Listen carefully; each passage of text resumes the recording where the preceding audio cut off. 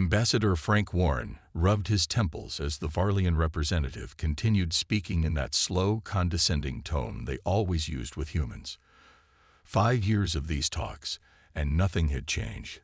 The Grand Council chamber, with its sweeping arches and floating light displays, felt more like a prison each day. "The human expansion rate is concerning," said High Speaker Zoltar, his purple skin flushing darker with what Frank had learned was disapproval. "The Council proposes limiting your colonization efforts to 2 planets per Earth decade, with our oversight." Frank glanced at Captain Lisa Miller, who sat beside him.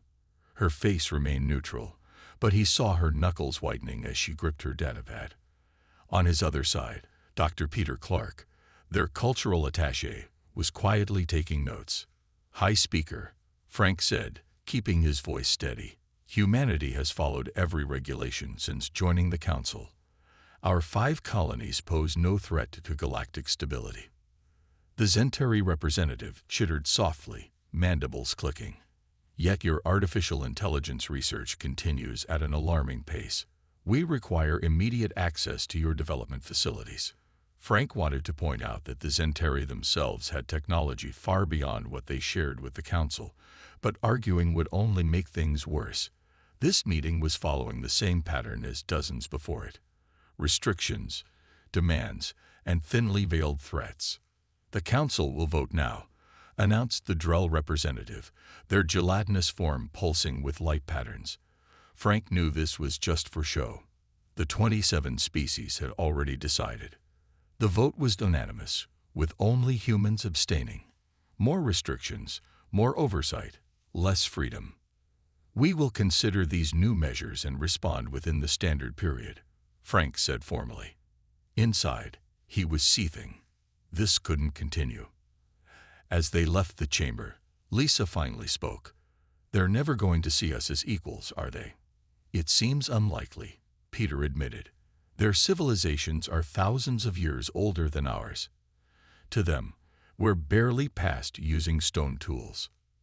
Yet they want our music, our art, our ideas," Frank added. "They take while giving nothing in return." Back on their ship, the Earth diplomatic vessel Star Voyager, Frank opened a secure channel to Earth. President Samantha Haynes appeared on screen, her expression serious. "That bad?" she asked. "Worse," Frank replied. "They've voted to limit our expansion again and demand access to our AI research facilities." The president sighed. "The Security Council is meeting in an hour. Join us virtually." Later, Frank watched the faces of Earth's leadership as they discussed the deteriorating situation. General Joe Martins of the Space Force looked particularly frustrated.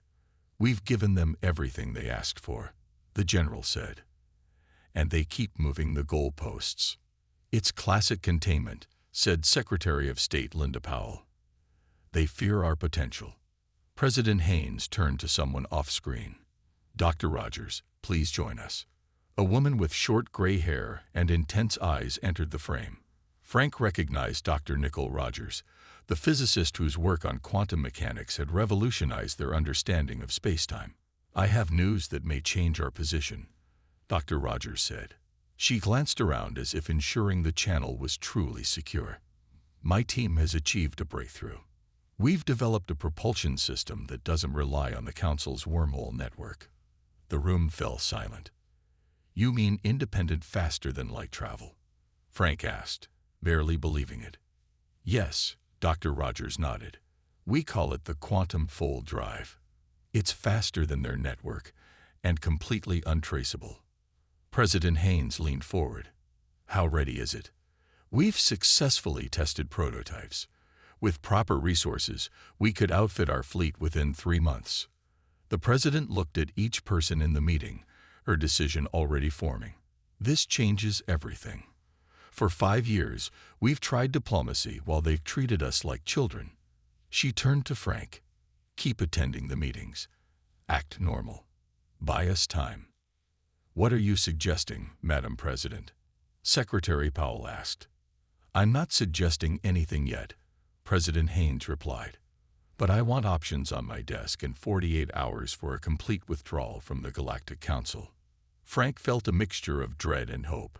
This was dangerous, but maybe, just maybe, it was time for humanity to find its own path among the stars. Operation Exodus began quietly. No dramatic announcements or obvious military movements. Just small changes that the Council observers stationed on Earth might miss if they weren't looking carefully. Captain Eric Bennett stood in the massive underground hangar beneath the lunar surface, watching as engineers installed the new quantum fold drive into the flagship Earth defense vessel Freedom. The sleek, dark metal of the drive contrasted with the ship's white hull. "How's it handling the integration?" Eric asked the lead engineer. Susan Blake wiped grease from her hands. "Better than expected. The power systems accepted it like they were made for each other." She lowered her voice. "Is it true? Are we really leaving the Council?" Eric nodded slightly. "That's classified, but prepare like we are." Similar scenes played out across human space. On colony worlds, government officials received encrypted messages. Farmers began growing extra crops. Factories increased production of essential supplies, all done carefully, disguised as normal economic growth. Frank Warren continued attending council meetings, smiling politely at the same old arguments. Today, he sat through a 4-hour debate about human population growth rates being alarming. After the session, a Zentari diplomat named Chris approached him. Zentari looked like tall praying mantises with iridescent exoskeletons. Frank had always found them the most reasonable of the major council species. "Ambassador Warren," Chris said, mandibles moving gently, "you seem different lately." "Just tired of the same discussions," Frank replied, keeping his expression neutral. "Humans are hard to read, but I've studied your kind. Something has changed." Frank laughed lightly. "We're simple creatures, Chris. What you see is what you get." The Zentari's compound eyes studied him. "I hope we can continue our cultural exchanges. My people have learned much from human art." "Of course," Frank said, knowing it was likely a lie. Back on Earth, President Haynes met with her most trusted advisors in a secure underground facility. Dr. Nicole Rogers projected a star map showing human colonies and council territories. "The quantum fold drive gives us an advantage they can't match," Dr. Rogers explained. "We can reach areas of the galaxy the Council has never explored." Defense Secretary Alan Wright spoke up. "But can we defend ourselves if they come after us? They outnumber us significantly. The Council relies on fixed wormhole gates for travel," General Martinez explained. "Their ships have minimal independent range. If we're not near their gates, they can't reach us easily. And we'll take everything with us," added Economic Advisor Patricia Gomes. "Our colonies, stations, even mining outposts. We leave nothing valuable behind." President Haynes studied the map. "What about our people who may want to stay?" "Our surveys show over 95% support for independence," Secretary Powell said. "Those who wish to remain in council space will be accommodated, but they're few." "And the timeline?" the president asked. 3 more weeks, Dr. Rogers answered. "We've accelerated drive production, but we need to ensure every ship and colony has what they need." Meanwhile, on the colony world New Haven, a small crisis was developing. A Drell merchant vessel had accidentally violated the colony's space. The Drell, with their translucent bodies and floating movement, often tested human boundaries. Colony Governor Ben Foster called Earth immediately. "They're scanning our northern continent extensively, claiming navigation errors." This wasn't the first such incident. Over the past month, Council species had shown increased interest in human colony activities. "Follow standard protocols," ordered Secretary Powell, "but use it to justify increasing your defense readiness." The incident provided perfect cover. New Haven began deploying more defensive systems and stockpiling supplies, all while filing formal complaints with the Council. Frank received these complaints and presented them at the next Council meeting, using the opportunity to request expanded defense permissions for human colonies. The frequency of these accidental incursions is concerning, he stated firmly. The Council grudgingly granted limited expansion of defense systems, unaware they were helping humans prepare for departure. As Frank left the chamber, he checked his secure communicator. A message from Earth simply read, "Final countdown initiated. 2 weeks remaining." Frank took a deep breath. Years of frustration would soon end. Humanity would find its own path among the stars, free from the Council's suffocating grip. The Council chamber felt colder than usual as Frank Warren took his seat at the human delegation's table. Captain Lisa Miller sat to his right, her uniform crisp and perfect. Dr. Peter Clark arranged his notes carefully on the left. This would be their last council meeting. Though only they knew it. High Speaker Zoltar of the Varlians stood at the central podium, his purple skin almost glowing under the chamber lights. The massive chamber held representatives from all 27 council species, their diverse forms filling the curved rows of seats. The council has reached a decision regarding Earth's military presence, Zoltar announced. Effective immediately, all human warships must reduce weapons capacity by 40%. Frank kept his face neutral, though Lisa's jaw tightened slightly beside him. Zoltar continued, "Additionally, we require immediate access to inspect Earth's lunar defense installations. The Council has concerns about unauthorized technology development." The Zentari representative, Kriz, added, "This inspection must occur within 7 standard days." Frank looked down at his datapad as it vibrated silently. A simple message appeared. Operation Exodus complete ahead of schedule. Proceed when ready. What had been planned for tomorrow was now possible today. All ships were equipped. All colonies were prepared. Humanity was ready to leave. Frank stood slowly. The human delegation requests a brief recess to consult with Earth leadership regarding these new demands. Granted, said Zoltar, clearly expecting the usual human pattern of protest followed by reluctant compliance. In the private conference room, Lisa spoke first. They've finally gone too far. Our lunar base is our most secure military installation. It doesn't matter now, Frank said, showing them the message. We're ready. President Haynes has given the authorization. Peter looked nervous. Right here. Right now. Yes, Frank replied. When we return to the chamber, I'll deliver our response. As I speak, every human ship and colony will activate their quantum fold drives. Lisa's eyes widened. The timing must be perfect. It will be, Frank assured her. Earth has sent the synchronized countdown to all human locations. When I finish my short speech, we leave. They returned to the chamber, and Frank noticed Kriz studying him curiously. The Zentari had always been more perceptive than the others. Frank approached the speaker's podium, a position rarely granted to humans. This unusual request had raised some murmurs among the council species. Distinguished representatives of the Galactic Council, Frank began, his voice calm and clear. For 5 years, humanity has attempted to be a productive member of this esteemed body. The chamber grew quiet, sensing something unusual in his tone. We have followed regulations, accepted restrictions, and shown patience. In return, we have faced increasing limitations on our growth, our technology, and our sovereignty. Zoltar shifted uncomfortably. The Drell representative's body pulsed with rapid light patterns. Therefore, as of this moment, Earth and all human colonies hereby withdraw from the Galactic Council and all associated treaties. Shocked murmurs erupted around the chamber. This is outrageous, Zoltar shouted. You cannot simply. We can, and we are. Frank continued steadily. Humanity will chart its own course among the stars.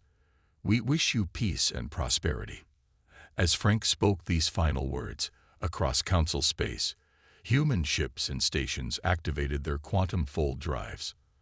On view screens throughout the galaxy, council observers watched in disbelief as human vessels seemed to bend slightly, then vanish completely. In that same instant, entire human orbital stations disappeared. On 5 colony worlds, Everything human-made, from cities to outposts, simply vanished, leaving behind only undeveloped land. In the council chamber, Lisa's communicator chimed. She glanced at it and gave Frank a small nod. Success. This concludes our business with the council, Frank said calmly. We will depart now. Guards, stop them, Zoltar commanded, his skin darkening to deep purple in rage. But before the council security forces could move, the three humans activated personal devices on their wrists. Their forms shimmered for a brief moment. Then they too vanished from the chamber. Left behind was only stunned silence, quickly followed by the loudest uproar the council chamber had ever experienced. Humanity had left the building. Chaos erupted in the council chamber. Representatives shouted over each other, while emergency alerts flashed on screens around the room. Zoltar repeatedly slammed his ceremonial staff against the floor, trying to restore order. Silence, he finally roared, his voice amplified by the chamber's acoustics. The room gradually quieted. We need information, Zoltar said, fighting to keep his voice steady. What exactly has happened? A Zentari technician rushed to the central podium. High speaker, we're receiving reports from across council space. Every human ship, station, and colony installation has disappeared. Disappeared how? Demanded the Drell representative, their gelatinous form pulsing rapidly with agitation. They seem to have used some form of unregistered faster-than-light technology. The technician explained. Nothing like our wormhole network. They'd vanished without a trace. Kriz, the Zentari diplomat, stepped forward. I noticed behavioral changes in the human representatives recently. They seemed unusually calm despite increasing restrictions. You knew, accused a small, furry representative from the Maldori species. You knew and said nothing. I suspected something, Kriz clarified, mandibles clicking defensively, but nothing of this magnitude. On the main view screen, images appeared showing empty spaces where human stations had been orbiting. Council observers on human colony worlds reported finding only empty clearings where cities had stood minutes before. All diplomatic channels to Earth have gone silent, reported a communication officer. Council representatives on Earth are reporting they've been politely escorted to their ships and told to leave immediately. The Varlian trade minister burst into the chamber. The economic impact will be severe. Humans provided 17% of council technological innovations and 23% of entertainment content. The markets are already plummeting. More bad news poured in. 3 shipping companies heavily reliant on human trade declared immediate bankruptcy. 2 smaller council races who had defense agreements with humans suddenly looked vulnerable. We must respond with military force, insisted the Drell representative. No species can be allowed to simply abandon the council. It threatens the very foundation of galactic order. With what ships? Asked the Maldori representative. Our nearest battle fleet is 30 days from Earth using the wormhole network. By then, who knows where they'll be? Kriz approached the central podium. I believe I should share something. Our intelligence services have been monitoring unusual human resource purchases for several months. The chamber grew quiet. You withheld intelligence, Zoltar asked dangerously. We were still analyzing the data, Kriz replied smoothly. Humans always behaved strangely by council standards. We didn't consider their activities threatening. In truth, the Zentari had kept the information to themselves, planning to use it for trading advantage. Now they needed to save face. A small reptilian representative from the Lyran Confederacy spoke up. My species has enjoyed positive relations with humans. They were our allies against Drell expansion in the Orion sector. Several other representatives from minor council species nodded in agreement. Without human support, smaller species are vulnerable, the Lyran continued. Perhaps if the council had treated them with more respect. Enough, Zoltar interrupted. This is not the time for blame. We must locate the humans and bring them back under council authority. The Drell representative's lights pulsed with agreement. I propose immediate sanctions against any species attempting contact with humans. They are now outlaws. The council chamber divided into loud arguments. Smaller species who had benefited from human alliances protested, while the dominant species pushed for harsh measures. Meanwhile, in another part of the council station, financial systems crashed as markets reacted to humanity's departure. Centuries of stable economic models collapsed within hours. In the private Varlian chamber, Zoltar met with other leaders of the dominant species. "How did we not see this coming?" asked a senior Varlian minister.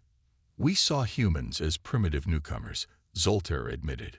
"We never imagined they could develop technology that surpassed our own." "The question now," said the Zentari prime thinker, "is where have they gone? And what do they plan to do next?" No one had an answer. For the first time in thousands of years, the Council faced a future it could not predict or control. 2 weeks after the human departure, Council scout ships arrived at the 5 former human colony worlds. They found empty clearings where cities once stood, with native plants already starting to reclaim the edges. No trash, no leftover equipment, not even foundation marks remained. It was as if humans had never been there at all. "Absolutely nothing of value left behind," reported the Drell scout captain to the council. "They took everything, down to the last nail." In Earth's solar system, council ships approached cautiously. They found automated defense platforms surrounding Earth, Mars, and the Moon. Simple warnings that broadcast the same message on repeat. "This system is protected sovereign territory of humanity. Please respect our borders." Admiral Stephen Foster watched these council ships from the bridge of the Earth defense vessel Freedom, now stationed in a completely new star system that humans called Haven. "They're just testing our defenses," said his second-in-command, Kelly Chen. "Standard council procedure." Stephen nodded. "Keep our stealth observers in place. I want to know if they try anything beyond looking." The Freedom was one of 50 military vessels protecting the new human territory. Around them, civilian ships continued setting up the first true independent human colonies, free from council restrictions. "Admiral," said a communications officer, "President Haynes is ready for your report." On the secure quantum channel, Stephen updated the president on council activities. "They're searching, but they have no way to track our quantum signatures. It's like we vanished into thin air for them." President Haynes nodded. "Good. Dr. Rogers, your update." Nicole Rogers appeared on a split screen. Behind her, scientists worked on massive equipment in a new research facility. "We've established the quantum network linking all human settlements, and we've made an interesting discovery in this region." "What kind of discovery?" the president asked. "Ancient technology, far more advanced than anything the council shared with us, and evidence suggesting the council knew about it, but kept it hidden." This matched what humans had suspected. The council deliberately suppressed technological development of newer species. Meanwhile, Lieutenant Amy Davidson led a small reconnaissance team back to council space in a ship equipped with advanced stealth technology. They monitored communications and observed the growing crisis. "The council economy is in free fall," Amy reported to Earth. "Smaller species are blaming the big 3 for driving humans away. 17 trade agreements have collapsed." Her team had also made contact with representatives from 3 smaller council species who wished to maintain relations with humans. These species had always been treated poorly by the dominant council members and saw humanity's escape as inspiring. The Lyrans, Maldori, and Tellarites all want to know if trade might be possible, Amy explained. "They're taking a huge risk even asking." President Haynes consulted with her advisors. "We should be selective, but we don't want to isolate ourselves completely. Arrange secret meetings." Back in council space, the Drell Collective had declared humans enemies of galactic peace and placed bounties on any information about their whereabouts. Drell ships aggressively searched the areas surrounding former human territories. On the Zentari homeworld, a scientist named Vex studied traces of energy left by the human departure. "This quantum signature is unlike anything in our records," he told the Centauri High Command. They've achieved something our scientists believed impossible. Can you replicate it? Asked the Centauri leader. Not without understanding the theoretical framework. We would need human scientists. The Varlians faced their own troubles. 2 outer colonies had declared independence, inspired by the human example. The Council was beginning to fracture along old fault lines of resentment and inequality. Frank Warren, now serving as security advisor to President Haynes, reviewed the intelligence reports with satisfaction. The Council is facing exactly what we predicted: internal division and economic disruption. And their loss is our gain, said Dr. Rogers. Without their restrictions, we've advanced our technology more in 2 weeks than in 5 years under Council oversight. Far from the Council's reach, humanity was thriving. New settlements rose quickly, using technology the Council had forbidden. Children played under open skies without fear of alien inspection teams. Farmers planted crops using efficient methods the Council had claimed were ecologically unsound. For the first time since meeting other species, humans were charting their own destiny among the stars. 6 months after the Great Departure, humanity had established 12 thriving colonies across previously unexplored regions of the galaxy. Without Council restrictions, human innovation flourished at an incredible pace. Dr. Nicol Rogers stood with Captain Eric Bennett on an observation platform overlooking their newest settlement on a planet they named Liberty. Below them, prefabricated buildings rose quickly while terraforming equipment improved the atmosphere in controlled areas. We've accomplished more in 6 months than we did in 5 years under Council oversight, Nicol said, watching workers install advanced power systems that the Council had forbidden. Freedom suits us, Eric agreed. He pointed to a distant mountain range. The survey team found something interesting there yesterday: ancient ruins. Nicol's eyes widened. Another site. That's the 4th one we've discovered. They traveled to the ruins in a small shuttle. The ancient structure was built into the mountainside, its entrance covered in symbols similar to those found at other sites. The dating puts this at roughly 50,000 years old, said the lead archaeologist, pointing to markings on stone-like material that was stronger than steel. And look at this. Inside, they found technology that still functioned after millennia. Holographic displays activated as they entered certain chambers, showing star maps and technical designs. This matches what we found in the Centauri site, Nicol said excitedly. These weren't different civilizations. This was one advanced culture that spanned the galaxy. Eric studied a particular display showing ships that looked nothing like Council vessels, and they used quantum mechanics for travel, just like our new drives. The question is, Nicol said, why did the Council hide all this? We found more ancient technology in 6 months than they showed us in 5 years. Back on Haven, President Haynes had convened the first meeting of the new Human Federation government. Representatives from all colonies attended either in person or via quantum communication. The latest reports from our reconnaissance teams confirm what we suspected, reported Frank Warren. The Council economy continues to struggle with our absence. Their technological development has actually slowed without human innovation. Economic advisor Patricia Gomes added, 4 more minor Council species have reached out through back channels. They want trade agreements and possibly even their own exit from the Council. And the Council's response? Asked President Haynes. Internal conflict. Frank replied. The Varlians blame the Centauri for not detecting our technology development. The Drell want military action, but can't find us to attack. Smaller species are increasingly vocal about unfair treatment. The President nodded. And our own situation. Dr. Rogers presented her findings from the ancient sites. These ruins confirm our theories. There was an advanced civilization that used quantum physics for faster-than-light travel, just as we've developed. The Council has been suppressing this knowledge, keeping newer species dependent on their wormhole network. This news sent murmurs through the assembly. The implications were enormous. There's more, Nicol continued.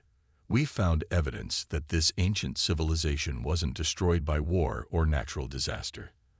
They appear to have simply left. Left. President Haynes asked. Left where? We don't know yet, but they left these sites behind with functioning technology, almost as if they wanted someone to find it. Eric finished. In council space, the Zentari scientist Vex made a breakthrough in his study of human quantum signatures. I've detected a pattern, he told his superiors. We can't track where they went, but I can identify the theoretical basis for their technology. The Zentari leaders were pleased, but when Vex continued his research, he made a disturbing discovery. The same quantum signatures appeared in ancient ruins the Council had classified as restricted for thousands of years. This technology wasn't developed by humans, Vex realized. They rediscovered something the Council has been hiding. When he brought this information to his superiors, they ordered him to stop his research immediately. But Vex had already shared his findings with colleagues, and rumors spread quickly among Zentari scientists. On a remote trading outpost, Jack Martinez, a human merchant operating undercover, met with representatives from the Lyran Confederacy. They exchanged information and established the first secret trade route between humans and a former Council ally.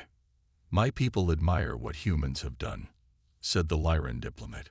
You've shown that the Council isn't all-powerful. Jack smiled. That's just the beginning. 1 year had passed since humanity's dramatic exit from the Galactic Council. The ripple effects continued to spread throughout known space. In the Grand Council chamber, now half empty, Zoltar faced the latest crisis. The Lyran Confederacy, the Maldori Union, and 3 other smaller species had officially announced their withdrawal from the Council. You cannot leave, Zoltar shouted, his purple skin dark with rage. The Council has stood for thousands of years. The Lyran representative, a small reptilian being, stood firm. Just as humans showed us, we have that right. Your dominance is not our concern anymore. After the 5 species departed, the remaining Council members turned on each other. The Varlians have mismanaged this situation from the beginning, accused the Zentari Prime Thinker, mandibles clicking rapidly. First humans, now others. Your leadership has failed. Zoltar could not deny the truth. On Varlian colony worlds, resource shortages had led to protests. Without human trade and innovations, many systems that had worked for centuries were breaking down. In human space, the Federation continued to grow stronger. 16 colonies now thrived across unexplored regions, connected by the quantum network. President Haynes addressed the first anniversary celebration on Liberty's Central Plaza. 1 year ago, we took a leap of faith, she told the cheering crowd. We chose freedom over submission, growth over stagnation. Today, we stand as proof that humanity's potential cannot be contained. Frank Warren had news to share after the celebration. Our intelligence network has confirmed that 5 species have officially left the Council. They'd formed their own alliance modeled after our Federation. Have they reached out to us directly? Asked the President. Yes. They're requesting formal diplomatic relations and trading rights. This represented a major shift. No longer were humans isolated rebels. They were becoming the center of a new galactic order. Meanwhile, Lieutenant Amy Davidson faced an unexpected situation. Her security team, monitoring the border of human space, detected an unusual signal. It's definitely a Drell scout ship, reported her sensor officer, but it's damaged and drifting. Life signs? Amy asked. 3 Drell, weak but stable. Amy faced a difficult choice. The Drell had been the most aggressive in hunting for humans, but leaving them to die went against human principles. Move in and prepare for rescue, she ordered. Full security protocols. Her team boarded the damaged vessel and found 3 Drell in hibernation mode, their gelatinous forms pulsing weakly with faint light patterns. The ship's systems showed they had been caught in an unexpected stellar flare while searching for human settlements. After bringing them aboard her ship, Amy contacted command. What should we do with them? President Haynes consulted with her advisors before responding. Treat them well, heal their injuries, then give them a choice. return to Council space with no memory of where they were or request asylum. The Drell, once recovered, were shocked by their treatment. Their council had portrayed humans as dangerous savages. "Why help us?" asked the Drell captain, lights pulsing with confusion. "We are enemies." "We don't see it that way," Annie replied. "We left the council, not civilization." Back in council space, desperation was growing. The Drell collective military commander proposed a drastic plan to the remaining council leaders. "We've detected unusual quantum signatures in the Orion sector," he reported. "It may be a human outpost. I propose immediate military action." The plan was risky. The Council's military strength had declined with the departure of member species, but they needed to show strength. "Approved," said Zoltar. "Assemble your fleet." Unknown to them, the quantum signatures were actually a trap. Jack Martinez had deliberately leaked information through trading partners, knowing the Council would eventually detect it. They took the bait, Jack informed Federation security. "The Drell fleet is mobilizing." Admiral Stephen Foster smiled. "Good. It's time to show them exactly what they're dealing with." On Haven, Dr. Nicole Rogers had made a significant breakthrough in understanding the ancient civilization's records. She rushed to the President's office with her findings. "Madam President, I know where they went," she said breathlessly. "The ancients. And more importantly, I know why they left the younger species behind." President Haynes looked up from her desk. "Tell me everything." 18 months after humanity's departure, a new galactic order was taking shape. The Human Federation had formed an alliance with 7 former Council species, calling themselves the Free Worlds Alliance. Admiral Stephen Foster watched as the Drell-Varlian combined fleet approached the trap they had set. His flagship, the Freedom, waited in stealth mode with 20 other advanced human vessels. "They're following the fake quantum signatures exactly as predicted," reported his tactical officer. "Wait until they're fully committed," Stephen ordered. "Then execute Operation Revelation." The Council fleet, consisting of 40 older vessels, moved deeper into the uninhabited star system. They believed they were about to discover a secret human outpost. Instead, they found nothing but empty space. "No signs of human activity," reported the Drell commander to Zoltar, who had insisted on leading the mission personally. "The signatures have disappeared." Suddenly, alarms blared across their ships. Human vessels appeared all around them, seeming to materialize from nowhere as their advanced stealth systems deactivated. "Attention Council fleet," Admiral Foster's voice came through on all channels. "You have entered Free Worlds Alliance space. Power down your weapon systems immediately." "Never," Zoltar responded. "Attack." The Council ships fired, but their weapons found no targets. The human vessels, using short quantum jumps, simply disappeared and reappeared in different positions. "You can't hit what isn't there," Stephen said calmly. Then to his crew, "Disable their engines only. No casualties if possible." The battle was brief and completely one-sided. Within minutes, every Council ship hung powerless in space, engines disabled by precise hits from human weapons. "This is your only warning," Stephen told the defeated fleet. "The Free Worlds Alliance desires peace, but we will defend ourselves." After placing tracking beacons on the Council ships, the human fleet reactivated their engines. "Return to Council space," Stephen ordered them. "Tell them what you witnessed here today." As the humiliated Council fleet limped home, Captain Lisa Miller led a diplomatic mission to the former Council headquarters. Her ship entered the system openly, broadcasting a message of peaceful intent. "The Council believes this is a trick," Frank Warren told her via quantum communication. "Be careful." Lisa's ship docked at the Council station to find a heavily armed reception committee. She stepped forward alone, unarmed. "I bring a message from the Human Federation and the Free Worlds Alliance," she announced to the assembled Council representatives. "We come in peace, but we will not be threatened." In the Council chamber, Lisa presented the terms for ongoing coexistence. "We don't seek conflict. We simply wish to chart our own course." Zoltar, still humiliated from the failed military action, seethed with anger. "You destroy centuries of order, and then speak of peace." "The order you enforced was never fair," Lisa replied calmly. "It privileged the few at the expense of the many." Back on Liberty, Dr. Nicole Rogers presented her findings to the Alliance leadership. She stood before representatives of 8 species, including humans. "The ancient civilization called themselves the predecessors," she explained. "They didn't die out or face disaster. They evolved beyond physical form." Holographic displays showed her evidence.